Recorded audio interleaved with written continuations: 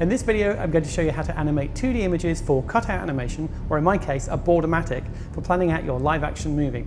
I'll show you how I draw a storyboard, cut out its elements, and then animate them in 2D. And then we'll take those images and fly them around in 3D space so you can make things zoom past camera and spin around in perspective.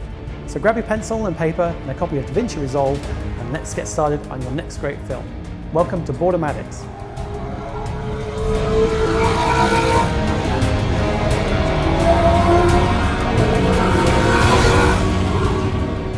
Now everyone has a different approach to filmmaking, so this is completely subjective.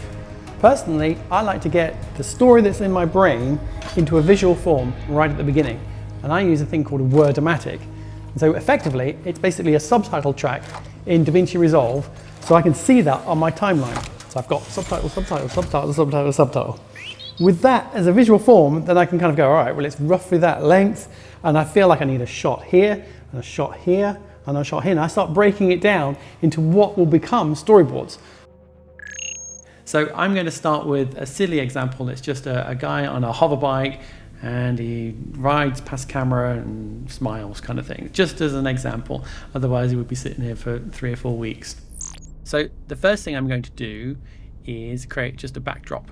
So otherwise, we've got nothing. So I'm just going to put just a background. So I go into my effects, and I grab a solid color. Drag that into here. I drag that out.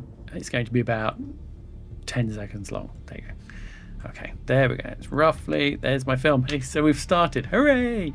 Now the next thing I do is usually I'll have a longer screenplay and I've written something, and what I'll do is I'll read it out, or I'll get AI, boo AI, to read it out, and then I will take that WAV file and then bring it into Davinci, and then I'll use Davinci